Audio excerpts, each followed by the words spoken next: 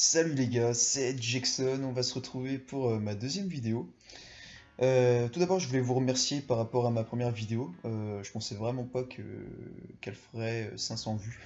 Honnêtement, je m'attendais à 40. Donc très agréablement surpris. Deuxièmement, comme vous pouvez le voir, j'ai fait un overlay. Voilà, pour que ça paraisse plus clean, hein, je dirais, parce que les bandes noires sur les côtés sur ma première vidéo, c'était c'était franchement pas clean, quoi. Et bon, trêve de blabla. Aujourd'hui, on se retrouve pourquoi? On se retrouve pour une vidéo, je pense, très importante, en tout cas qui me tenait à cœur. C'est des conseils et astuces pour s'améliorer en RTA. Alors tout d'abord, je tiens à vous dire que je ne vous vendrai pas de rêve dans le sens où je ne vais pas vous dire d'utiliser tel team et vous dire que vous atteindrez tel rank en tant de temps. Non. Faut bien comprendre que les RTA, alors tout d'abord, c'est une question de rune, c'est également une question de monstre, mais c'est également, et ça c'est le plus important pour moi, c'est une question d'adaptation. Comment vous allez faire pour contrer votre adversaire? Quel mob allez-vous pick? Et c'est par rapport à cette problématique que je vais essayer de vous apporter quelques éléments de réponse afin que vous vous améliorez au mieux et que vous pickiez mieux pour battre votre adversaire. Si vous comptez vous mettre vraiment dans les RTA, déjà je vous conseille d'optimiser vos ruinages sur vos monstres effectivement que vous comptez utiliser. Ce que je pourrais vous conseiller aussi, c'est de regarder pas mal de replays, voilà, que ce soit, je sais pas, des gens de votre guild qui sont bons, ou alors carrément des joueurs HL que vous pouvez voir dans les best replays. Ça permet de s'imprégner un peu des teams qui se jouent en ce moment, de la méta actuelle, et également peut-être vous donner des idées de combos que vous pourriez faire sur votre compte, etc. Donc dans cette vidéo, je vais aborder trois types de compos différentes. Et la première que je souhaite aborder avec vous, c'est une team que vous retrouverez, je dirais 60% ou 70% du temps, c'est la team control.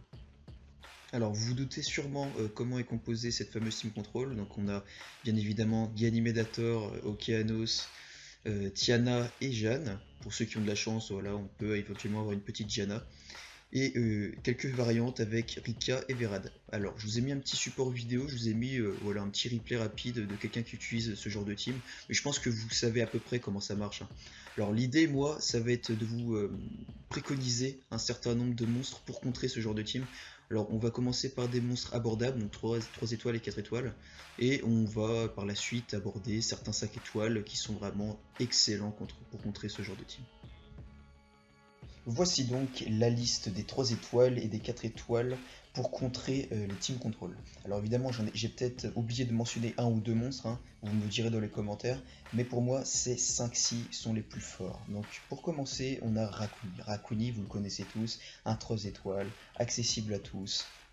Vous l'avez sûrement tous déjà monté. Alors, vous pouvez le voir, j'ai screen un Rakuni, donc c'est celui de Seishizo, un G3 RTA. Il est en violent Nemesis. Alors, je vais pas vous demander d'avoir autant de speed, bien évidemment, hein. C'est très difficile d'atteindre déjà plus 160. Mais déjà débuter avec plus 110, plus 120 speed dessus, ça pourrait être déjà très bien. Et vraiment de vous approcher le plus possible des 100 raise. C'est vraiment très très pratique contre les teams à base de Hathor, Jeanne et bien d'autres. À présent, on va parler d'Antares, donc très bon 4 étoiles pour contrer toutes les teams à base de Tiana, Hathor, Ganymede, même Diana en vrai. Alors, ce que je peux vous conseiller comme runage, évidemment, c'est du Despair Revenge. C'est le meilleur set, voilà, c'est le plus opti. Le screen en question, il est encore de Seishizo. Je le trouve plutôt bien, son Antares. Alors, on peut voir qu'il n'a pas énormément de crit rate, mais c'est pas grave, puisque lorsqu'il prend un tour, parce que c'est son passif, il se buff au crit. Donc, il suffit juste d'avoir 70% pour avoir 100% au total, quoi. Maximisez bien l'attaque et les dégâts crit pour un max de dégâts, mais je tiens à préciser, il faut qu'il soit tanky. Il faut qu'il soit tanky parce que c'est une grande menace pour les compos contrôle, donc il se fera focus dans tous les cas. Donc il faut vraiment qu'il puisse résister un minimum. Maintenant, on va parler de Tetra. Tetra, c'est vraiment mon coup de cœur, je dirais, du dernier patch. Elle est devenue tellement forte. Enfin, franchement, les gars, il faut tous que vous la montiez. Franchement, elle est utile quasiment partout. Et vraiment excellente. Alors là, j'ai pris un exemple d'une tétra, donc c'est celle de mon poteau Cédric qui se reconnaîtra. Je lui fais un petit clin d'œil. Elle est très bien. C'est vraiment un bon exemple de tétra, hein. Très tanky, pas mal de speed. On pourrait gagner en raise, mais voilà, ça reste une très très bonne tétra. Tétra, c'est vraiment mais un counter parfait à tout ce qui est Rika, Diana, parce qu'elle va reculer d'un tour en fait tous les debuffs sur votre team. Elle peut aussi cleanse plus dome avec son skill 2. Donc c'est franchement génial. Tout le monde devrait la monter. Et bien évidemment, ça se rune en violent. Violent, après, vous pouvez choisir l'offset, ça peut être de l'endure, ça peut être du shield, ça peut être du will aussi. Mais ce que je conseillerais par-dessus tout, je pense que c'est du Nemesis. À présent, on va parler d'Amduat. Amduat, c'est un light and dark, donc on n'est pas vraiment dans le free-to-play, mais je tenais quand même à en parler, parce que c'est un très bon mob. Ici, j'ai pris l'exemple de l'Amduat de Moteo. Donc comme vous pouvez le voir, voilà, très tanky, bien rapide, etc. En termes de runage, je vous conseille du Despair Nemesis ou du Despair Revenge, c'est vraiment le must. Il est très bon contre par exemple les CC à base d'Ator d'Okeanos, puisqu'il va pouvoir se libérer des slips ou des stuns très rapidement, puisqu'il gagne 25% d'ATB quand l'adversaire prend un tour. Donc excellent quoi. Pour en finir avec les 3 et 4 étoiles, on va terminer par Verdeil. Alors certains pourraient se demander qu'est-ce qu'il fait là? Qu'est-ce que Verdeil fait là? En fait, on a tendance à peut-être à l'associer au DB10, mais c'est vrai qu'en ce moment RTA il est vraiment très à la mode, c'est vraiment un super bob. Alors là comme exemple j'ai pris le Verdeil de Rosit, vous voyez un petit plus 177 de speed, vous vous dites ouais c'est du Swift ça. Et bah non, c'est du violent revenge. C'est pour vous dire à quel point les top players le respectent, Verdeil, c'est super fort. Donc évidemment, je vous conseille du violent revenge si vous avez de grosses runes violentes. Sinon, je vous conseillerais d'aller avec du Swift. Le Swift sur Verdeil, ça peut vraiment trapper les gens. Je vous conseille vraiment. Donc ce serait plutôt du Swift Revenge. En termes de stats overall, je vous conseillerais de le mettre assez DPS, mais quand même assez tanky. Je dirais qu'un plus 13 000 HP, je pense que ça commence à être pas mal. Et en attaque, je dirais, allez, plus 700. En fait, Verdé, il peut être très utile face, surtout au Jeanne. Vous voyez Jeanne avec son provoque de tour là. Bah, son provoque de tour entraîne un skill 1 de Verdé. Et Verdé, quand il fait un skill 1, il donne 40% d'ATB à toute la team. Donc en fait, il va permettre à toute votre team de se libérer de ces deux tours de provoque. Donc c'est très fort. On arrive maintenant aux 5 étoiles qui peuvent contrer ce genre de team. Donc j'ai fait une liste de 6 monstres ici. Donc on a Veromos, Juno, Joséphine, Mewang, Wusa et Villajuel. Donc on va tout d'abord commencer par Veromos. Veromos qu'on a tendance à également, comme Verdé, à associer que au PvE. Mais détrompez-vous, Veromos peut être excellent contre les Jeannes, hein, puisqu'il peut cleanse en fait le provoque sur toute votre team. Donc j'ai pris l'exemple d'un Veromos, donc c'est celui de Christmas Ninja.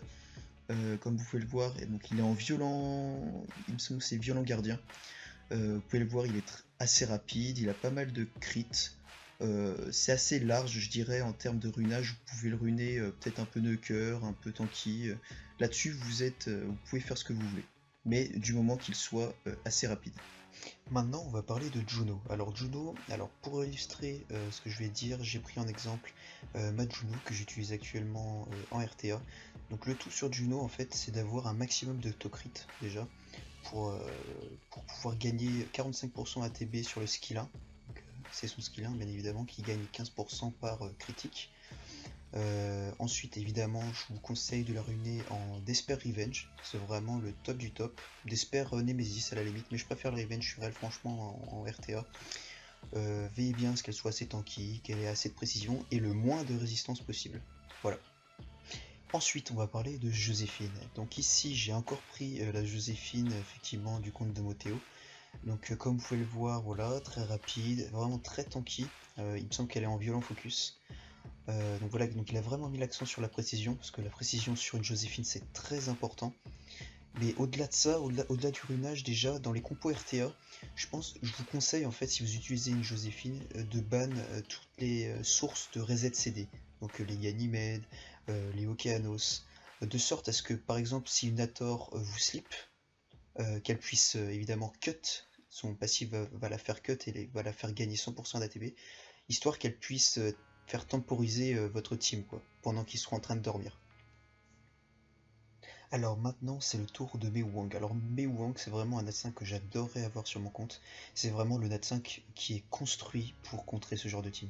Tu peux pas le slip, tu peux pas le stun, c'est vraiment excellent. Alors quand vous avez un Mewang, souvent vous avez peur que l'ennemi sorte un Tessarion. Donc je vous conseille déjà de mettre un Mewang en last pick. Ne le sortez pas tout de suite, parce que sinon il va forcément sortir un Tessarion. Essayez de le sortir en dernier. En termes de runage, je dirais qu'il y a deux écoles. Il y a ceux qui préfèrent le vampire sur lui, et d'autres qui préfèrent le violent. Moi, je préfère le violent. Violent revenge si possible. Après, en termes de stats, c'est assez variable, hein. Il y en a qui le mettent vraiment plus DPS avec beaucoup d'attaques, d'autres qui privilégient plutôt la tankiness avec plus d'HP, plus de def.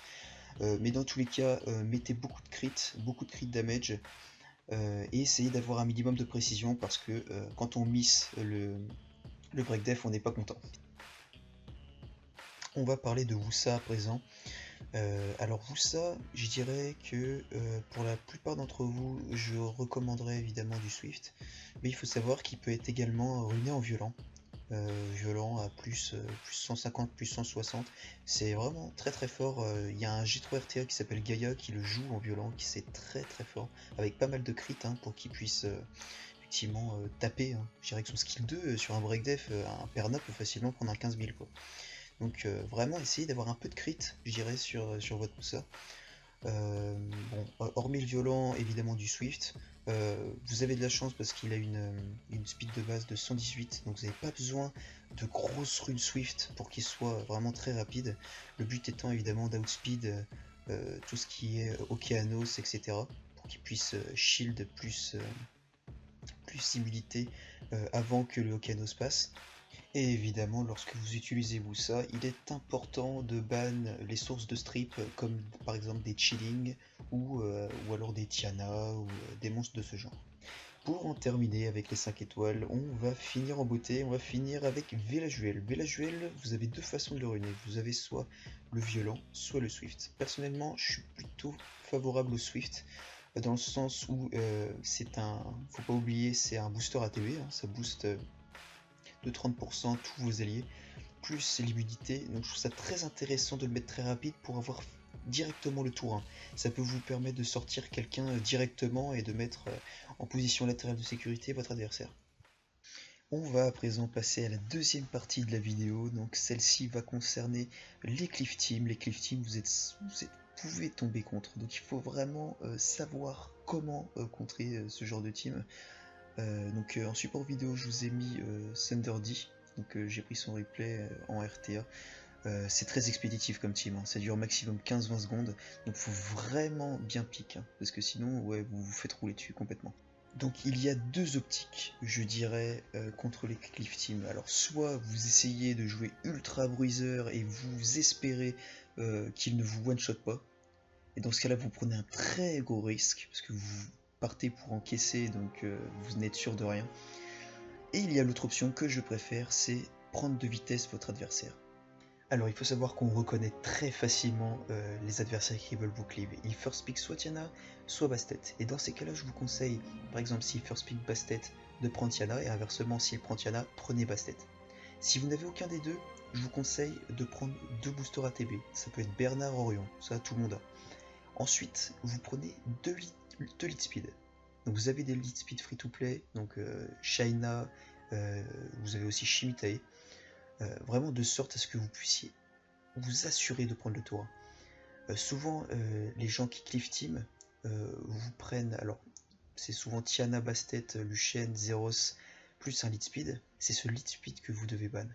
Vous devez vous assurer de prendre le tour 1, sinon vous êtes foutu. Et pour clôturer cette vidéo, on va maintenant passer à la team Meta 2019, donc c'est moi qui l'ai nommée ainsi. Elle est majoritairement composée de Diana, Syra, Aegir, Fran, Verde, Shiu et Vanessa. Donc je dirais que cette méta c'est la meilleure depuis quasiment le début de la RTA, puisqu'elle met en avant beaucoup de 4 nats et ça permet enfin aux joueurs qui n'avaient pas beaucoup de nat 5 je dirais, et qui avaient de super runes, vraiment de pouvoir monter, de pouvoir step up je dirais. Donc vous pouvez voir qu'en arrière-plan j'ai mis un replay RTA, donc vous allez en avoir plusieurs d'affilée, et juste à côté je vais vous présenter en fait différents runages de ces différents monstres, et puis vous donner des conseils de runage, d'utilisation, etc. On commence avec Diana. Diana, j'ai plus besoin de la présenter, tout le monde la connaît. Vous avez deux façons de la ruiner. Vous la ruinez soit en dégâts crit, je dirais plus slow du coup, soit vous la ruinez très rapide à 100 crit. Moi, je trouve intéressant les deux, dans le sens où si vous avez un Tessarion dans votre team, c'est intelligent en fait de la faire jouer avant, pour qu'elle strip et puis qu'ensuite votre Tessarion arrive. Mais en dégâts crit, honnêtement, si votre Diana proc après avoir fait son skill 2 là, en forme humaine, le mec en face il est vraiment pas bien quoi. Donc franchement les deux se valent. Après ça dépendra de vos runes, ça dépendra des stats que vous voulez avoir également. Alors concernant Syra, alors c'est un monstre qui demande énormément de stats, dans le sens où quasiment toutes les stats sont importantes sauf le dégât crit. Il y a un débat autour de la précision, alors je tenais à en parler tout de même. Euh, Beaucoup disent oui, 60% c'est pas assez. Effectivement, contre des monstres qui ont genre 100 raise, comme les Artamiel ou les monstres comme ça peut être problématique. Mais quand vous êtes contre des monstres lambda sans réel raise, je dirais, 60 ça suffit largement. Donc évitez de sacrifier des stats, tout ça pour avoir 80% voire 90% de précis, ça n'a aucune utilité. Euh, Dans la nouvelle méta aussi 2019, toutes les bonnes Syrah ont du crit rate. Donc essayez vraiment de mettre un minimum, je dirais, de 40 crit rate. Je dirais vraiment grand minimum. Et autrement, essayez voilà, d'avoir un juste milieu entre l'attaque, la def et les HP. Et vous verrez, vous aurez une super Syrah. Violent Will ou Violent Revenge, comme vous voulez. Ça dépend de vos compos. Si vous jouez des compos avec notamment Wusa ou tout ce qui peut être immunité, je dirais, vous pouvez vous permettre de mettre du revenge. Si vous jouez sans, franchement, je vous aurais conseillé du will. Passons maintenant à Aegir. Aegir, c'est vraiment un super catnat, il brille vraiment dans cette méta. Si vous en avez un de côté, honnêtement, montez-le tout de suite. Si vous comptez en tout cas vous mettre à l'RTA. Vous avez deux façons de le ruiner, soit en Swift, soit en violent. Honnêtement, les deux se valent. Ça va dépendre de vos runes. Si vous avez vraiment de très bonnes violentes de côté, mettez-le en violent. Sinon, à votre place, j'opterais plus pour du Swift. Si votre adversaire met un perna, honnêtement, sortez Aegir et vous verrez, il va prendre peur. Parce que Aegir, ça roule sur les pernas. Mais quand je vous dis ça roule dessus, c'est mais vraiment insane. Donc si franchement vous avez du mal déjà à gérer les pernas, montez Aegir. On arrive maintenant à Fran. Fran, alors si vous avez loupé le HOH, franchement vous pouvez vous mordre les doigts. C'est un excellent monstre, vous avez deux façons de la ruiner, soit en Swift, soit en violent. À titre personnel, je suis franchement fan du violent. En violent, c'est insane. C'est quand ça proc et que vous savez que tous les deux tours vous avez un heal cleanse qui scale sur l'attaque, qui peut vous faire un heal cleanse de je sais pas 13 000 ou 14 000 HP sur un mob, c'est incroyable quoi. J'en reviens pas qu'ils aient pu mettre ça en HOH. C'est tellement complet comme monstre. Le seul inconvénient je dirais sur ce monstre c'est que c'est vite fait mort quoi. Je dirais que les stats de base sont vraiment très faibles, donc un Perna s'il s'énerve, elle peut rapidement dégager quoi. Donc il faut vraiment veiller à ce qu'elle soit assez tanky. Veillez aussi à bien lui mettre de la précision parce que son skill 1 break attack et stun, donc c'est très important d'en avoir. Alors en ce qui me concerne Verdé, alors j'ai abordé déjà le sujet précédemment dans la vidéo, donc vous pouvez revenir en arrière, je vais le rappeler brièvement. Vous pouvez soit le ruiner en violent revenge si vous avez de grosses violentes, soit en Swift. Swift ça peut vraiment trap les gens. Alors maintenant on va parler de Shiwu. Alors tu peux le ruiner de deux façons Shiwu. Soit tu le ruines Trainwalker en Swift, soit tu le ruines Tanky en violent avec des sub-crit rates. C'est toi qui vois. Je dirais que le violent c'est plutôt adapté à des team control. Si tu utilises genre ouais, Tiana, Okeanos ou des trucs comme ça à côté. Swift c'est vraiment quand t'es dans l'optique d'OS un monstre premier tour quoi. Veillez bien à avoir un peu de précision. Alors je sais que sur le screen que j'ai pris, il y a zéro précision, hein, donc c'est le mien. J'aurais aimé au moins avoir 20 précis. Je dirais que 20 précis c'est le grand minimum sur lui pour que son S2, son skill 2 soit vraiment efficace. Et pour en finir avec la team méta 2019, on va parler de Vanessa. Vanessa pendant longtemps ça a été un rip monster je dirais. Elle servait complètement à rien.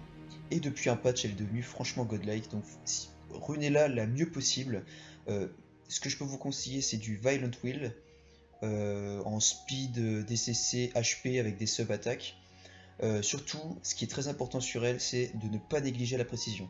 Parce que son skill 2 a une importance vraiment primordiale, si vous avez surtout si vous avez un knocker qui arrive derrière. Si elle rate son break dev, vous n'êtes pas bien quoi. Donc je vous conseillerais un minimum de 25% de précision, je dirais. Cette vidéo est maintenant terminée, j'espère que ça t'a plu, moi en tout cas j'ai pris un temps fou à la faire, donc franchement si ça t'a intéressé je suis super content. N'hésite pas à liker, t'abonner, commenter, tout ce que tu veux, c'est la récompense, ça fait plaisir. Et puis je te dis à la prochaine. Allez, salut!